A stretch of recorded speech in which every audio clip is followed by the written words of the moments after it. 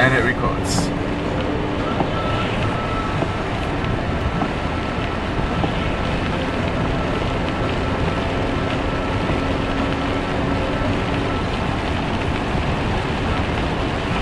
October 15th, 2010. This is kind of, I mean, like, it's beautiful, but it is kind of stupid.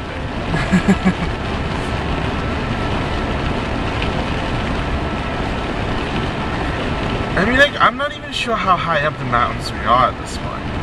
Like, we shouldn't be up very high. So in other words, we could be getting snow at what would be reasonable, or Yeah. you know, unreasonable considering it's too low altitudes. Right. Like, I would not be surprised if there was snow, like, in Vermont. Or, like, on I-91 or something.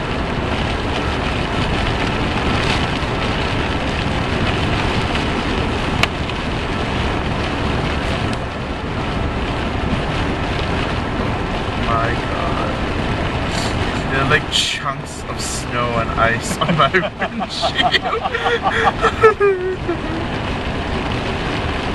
Do you have to get new blades for the winter too? No. Okay. But there are chunks of snow on my windshield in October. In October is understandable. Before the middle of October is the question part. Like I said, when I was a kid, I never had a Halloween costume that was visible to anybody because I was always underneath my snow gear because it was snowing. Right. I think it snowed every Halloween. I mean, for this area, okay, I guess we're not in southern New Hampshire anymore. We're in like central New Hampshire. Southern Central. South Central New Hampshire. Okay, fine.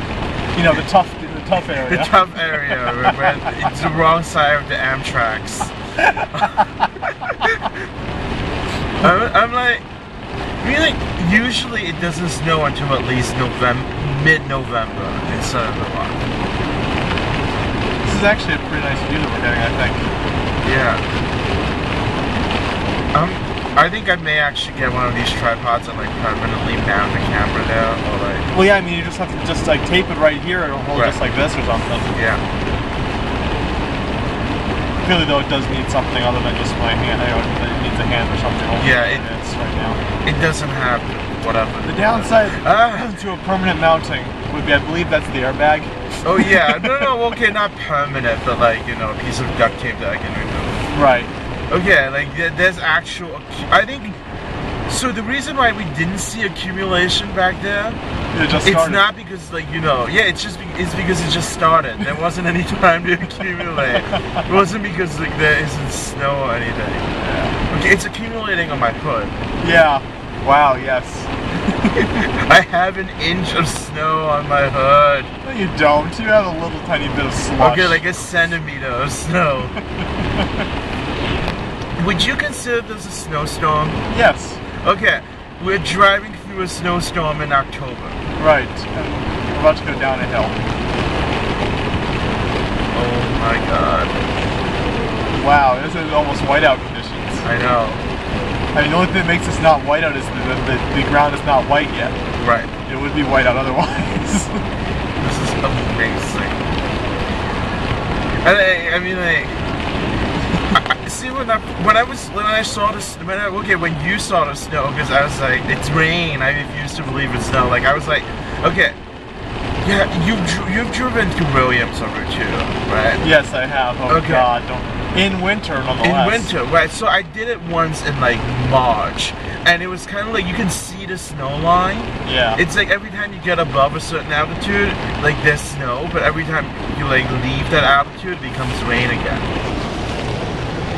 What is that? I'm just taking a shot of the pond. Yeah, the marshes. Was that like lightning? No, that wasn't lightning. That was just me moving this thing by a reflection of some sort. Okay. Oh my God. I'm not the most skilled camera operator, but I do my best. Right. I mean, like, you just leave it there and you like press the button whenever you want to stop or whatever. Oh yeah. Well, let me know how much you want of it, and I can keep going for a while. Let's keep going. Like, if you want to stop it. But I think the more random footage. Look at that. Look at that guy's like back window. Like what?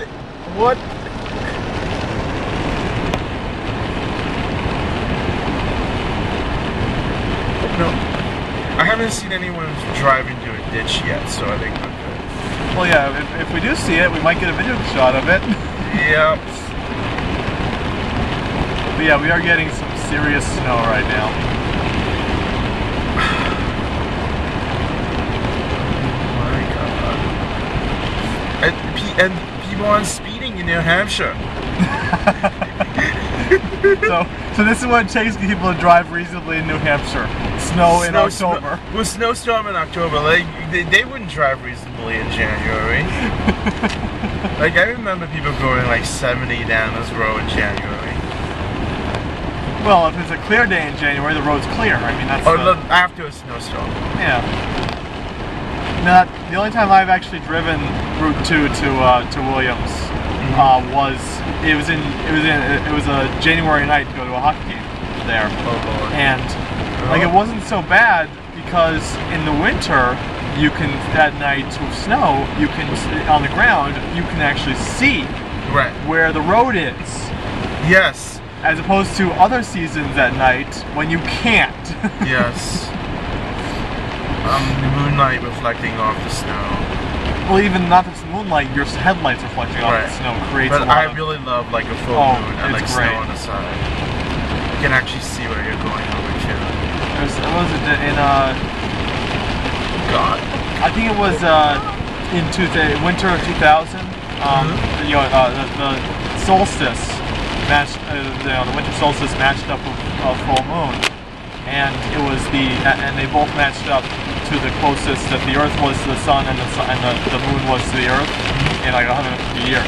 Okay. So it was the brightest night, you know, solstice that had ever been. Okay. Except, you know, it happens every 150 or 200, whoever it is. Right. The previous time that it happened, a group of Native Americans carried off a very effective raid of a fortress in the west somewhere. Wow. Yeah. Too bad it only happened once every 150 years. Yeah, it kind of made it a little difficult to repeat the conditions. Because, you know, like the solstice is actually when the moon is closest to us anyways, and we're closest to the sun, but the variation within of that happens on that cycle as well. Okay, it briefly turned to rain for like maybe like half a minute. Well, I think we're still getting a wintry mix. Yeah, we're getting a wintry mix, except now it's like actually like the stuff I can see is snow. Yes. Which is pretty awesome. Also, maybe that we have fewer trees here, so like I can see more snow.